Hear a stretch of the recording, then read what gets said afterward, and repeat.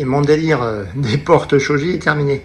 Eh bien, je suis bien content du résultat. Et si vous souhaitez vous aussi faire réaliser ce type de porte, eh bien, je vous invite à regarder la suite dans la vidéo où je explique pas à pas comment réaliser ces portes. C'est parti!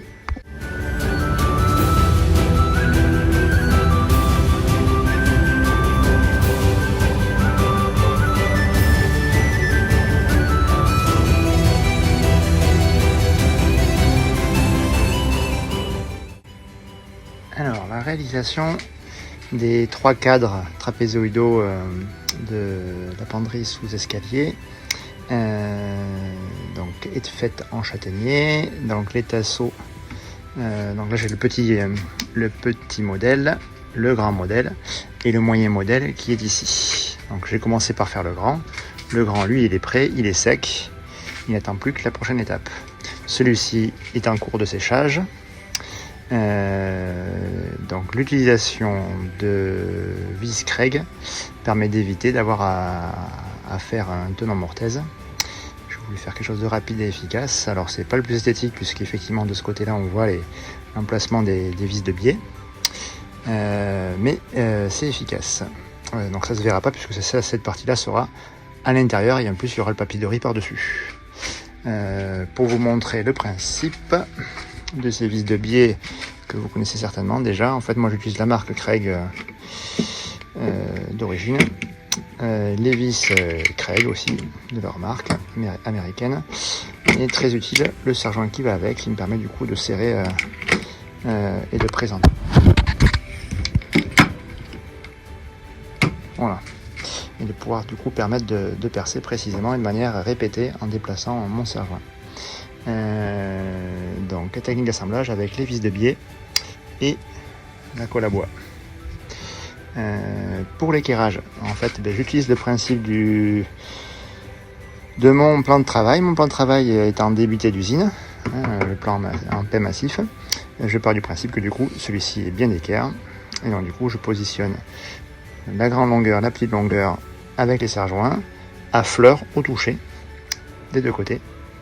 Et ensuite je positionne les deux autres côtés en vérifiant même avec le mètre que j'ai la même distance entre ces tasses-ci et ici. Donc si ces distances sont identiques, c'est que je suis bien parallèle.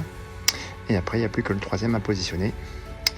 Voilà. Et après du coup à mettre colle à bois et vis de biais pour assembler tout ça et laisser sécher 24 heures. Donc ça c'est pour l'étape du coup de la formation et la réalisation des cadres.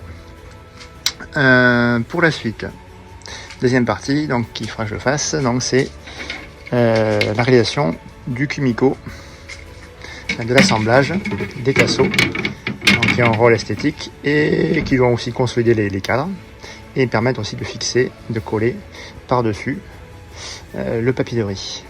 Donc les tasseaux sont de la même matière, sont du châtaignier aussi, même bois, même essence.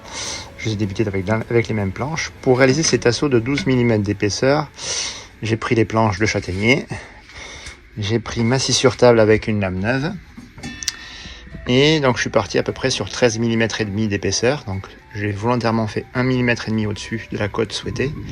J'ai débité, donc j'ai passé ma planche, qui m'a permis de déligner donc des tasseaux de section rectangulaire. Ensuite, mes sections rectangulaires, je les ai tournées de 90 degrés, redébitées, donc ce qui permet du coup d'avoir des sections carrées de 13,5 mm d'épaisseur. Et ensuite, je les ai passées à ma raboteuse automatique. Au passage, j'ai juste au préalable changé les fers pour des fers neufs. Et j'ai raboté les 4 faces.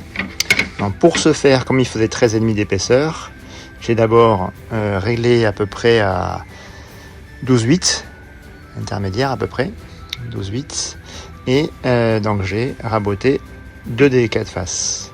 Et ensuite, je me suis mis à 12 et j'ai raboté les 2 autres. Et donc là, ça me permet du coup, en vérifiant au pied à coulisse, faut vraiment y aller doucement, puisque c'est quand même pas d'une précision numérique, on va dire, c'est une précision analogique, on va dire. Donc en fait, il faut y aller tout doucement et puis régulièrement prendre les cotes au pied à coulisse, qui permet de vérifier qu'on arrive bien à 12 mm d'épaisseur. Parce que si on veut faire quelque chose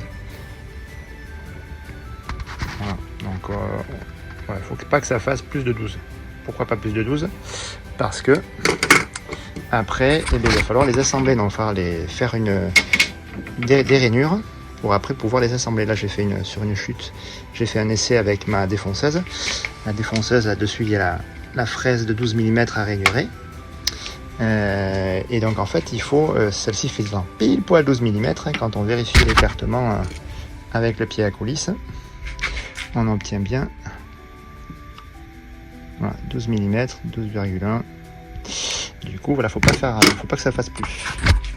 Et donc, du coup, ça permet par la suite de faire un assemblage un petit peu ça frotte un petit peu, mais ça passe. Faut pas qu'il y ait de jeu. Voilà, ça force un peu, mais ça rentre.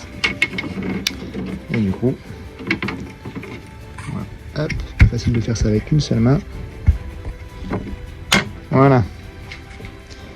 Voilà, donc ça c'est le principe, et évidemment il faudra que je fasse des entailles sur les deux parties perpendiculaires, pour faire un assemblage final à mi-bois. Donc ça va s'emboîter et tout sera dans le même plan, l'épaisseur globale des tasseaux fera bien, le cadre fera bien 12 mm. Et après, une fois que ça c'est fait, il faudra aussi présenter mes tasseaux et faire des saignées avec la défonceuse pour enchasser mes tasseaux à l'intérieur des rainures que j'aurais fait sur les cadres. Et bien il n'y a plus qu'à faire tout ça. On a présenté les tasseaux de 12 mm voilà, avec le plan sorti de Fusion 360 avec les différentes côtes. Donc là j'ai le grand panneau ici, donc j'ai présenté mes tasseaux. J'ai présenté donc du coup à blanc, sans entaille. Donc il y a des doubles entailles à faire au niveau des croisillons et des entailles ensuite sur le cadre pour enchasser tout ça. Entaille à mi-bois à chaque fois. Voilà, je me suis fait un espaceur là, j'ai pris une planche de palette que j'ai délignée pour avoir 8 cm de largeur, et qui me permet de placer mes différentes tasseaux, mes différents tasseaux. Donc maintenant qu'on a fait ça, et bien du coup en fait on va retirer tout ça et puis du coup se faire un gabarit pour pouvoir en fait usiner les pièces côte à côte, tac, tout ensemble, et à la défonceuse avec la fraise 12 mm, défoncer ça, et ensuite une fois qu'on a défoncé du coup de part et d'autre, il faut qu'on défonce aussi le cadre. En faisant attention avant de défoncer, de faire attention, respecter le fil du bois, c'est-à-dire que mes tasseaux, pour que ce soit plus esthétique, quand on les regarde de près, là ici on a la partie parallèle ici là que je veux qu'il soit visible, et ici ça c'est la partie sur les côtés, suivant comment couper la planche de bois, comment elle est délignée dans le fût. Il faut que je fasse en sorte que j'ai des traits parallèles qui soient partie visible. Par exemple, s'il y a un tasseau, où est-ce que ça se voit la différence? Par exemple, sur celui-ci. Celui-ci, voilà, là on voit du gros grain, donc ça je ne veux pas qu'il se voie. Donc il sera comme ça, voilà, c'est ça. Et là, ce sera la partie visible. Donc de telle manière à ce que ce soit uniforme, donc ça il faut que je cogite ça. Et que lorsque je décide de faire mes rainures, que j'ai bien le côté que je souhaite être apparent, pour que ce soit homogène, et faire attention à ça. Allez, ben c'est parti pour déligner, rainurer tout ça. Donc là je vais déligner du coup, rainurer du coup mes tasseaux horizontaux du trapèze. Donc là j'ai dessiné, j'ai marqué donc l'emplacement du coup de la rainure. On ne le voit pas puisqu'elle est dans l'ombre du tasseau. Et donc du coup en fait ce que j'ai fait, c'est que pour éviter aussi les éclats, j'ai mis de chaque côté des tasseaux martyrs, puisque la fraise en ressortant on va risquer de m'éclater un peu les fibres du bois. Donc pour limiter ça, j'ai mis une planche martyre de chaque côté, et du coup en fait on va rainurer du coup sur les deux marques. Là, on voit une marque ici et une marque ici. Pour ça du coup en fait, j'utilise ma défonceuse avec ma fraise Freud. J'ai bien calé tout ceci, j'ai vérifié l'équerrage, et en fait j'utilise un gabarit. Ça c'est mon gabarit qui me permet d'avoir l'espacement entre le côté de ma défonceuse et le début de ma fraise. Donc ça c'est le gabarit pour une fraise de 12 mm de diamètre. Donc ce gabarit, je le pose à fleur de mon trait, et ensuite une fois qu'il est bien à fleur, je fixe mon tasseau qui va me servir de guide. J'enlève mon gabarit et donc là je vais pouvoir du coup rainurer et faire ma rainure du coup ici le long de cet axe. Et bien on va le faire de suite.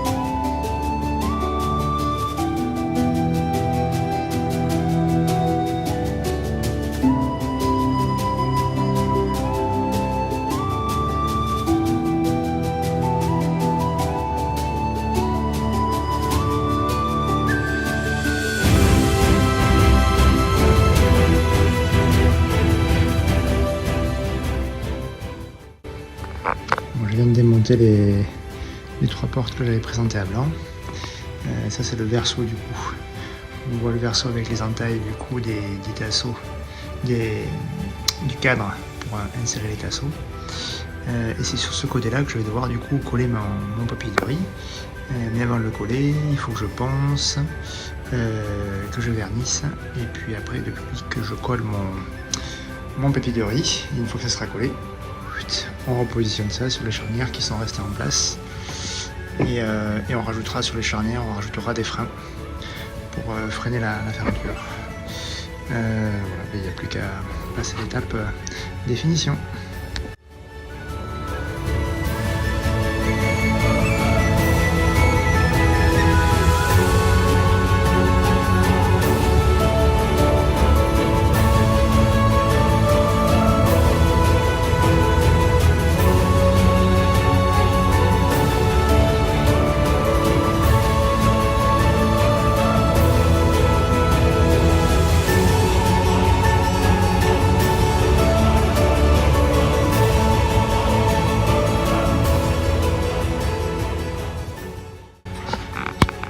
Et voilà, donc là c'est collé. Donc le verdict, ça va être le verso. Ça va être maintenant le verdict. Voilà. C'est sympa. On voit la texture du papier de riz. Et bien, il n'y a plus qu'à faire les deux autres et après à installer sur place. Et voilà, donc j'espère que la vidéo vous a plu. Une dernière astuce en bonus, l'astuce des charnières. Donc pour les charnières, moi, quelles que soient les portes que je fais, j'ai toujours un stock d'avance des mêmes charnières, comme ça je ne les cherche pas, j'en ai toujours d'avance. Et j'achète aussi des freins. Donc tout ça c'est la marque Etich, mais après on peut prendre ça dans d'autres marques. Et j'ai un kit qui me permet du coup de forer, de percer, d'encastrer ces charnières là. J'ai le kit de la marque Craig, mais il en existe d'autres marques, et qui me permet de percer directement pile poil à la bonne profondeur, à la bonne distance du bord de mon cadre. Et les charnières que je prends, ce sont des charnières à recouvrement complet, c'est-à-dire que quand je ferme la porte, le chanfrein de mon caisson est recouvert par le cadre de la porte. Voilà, voilà.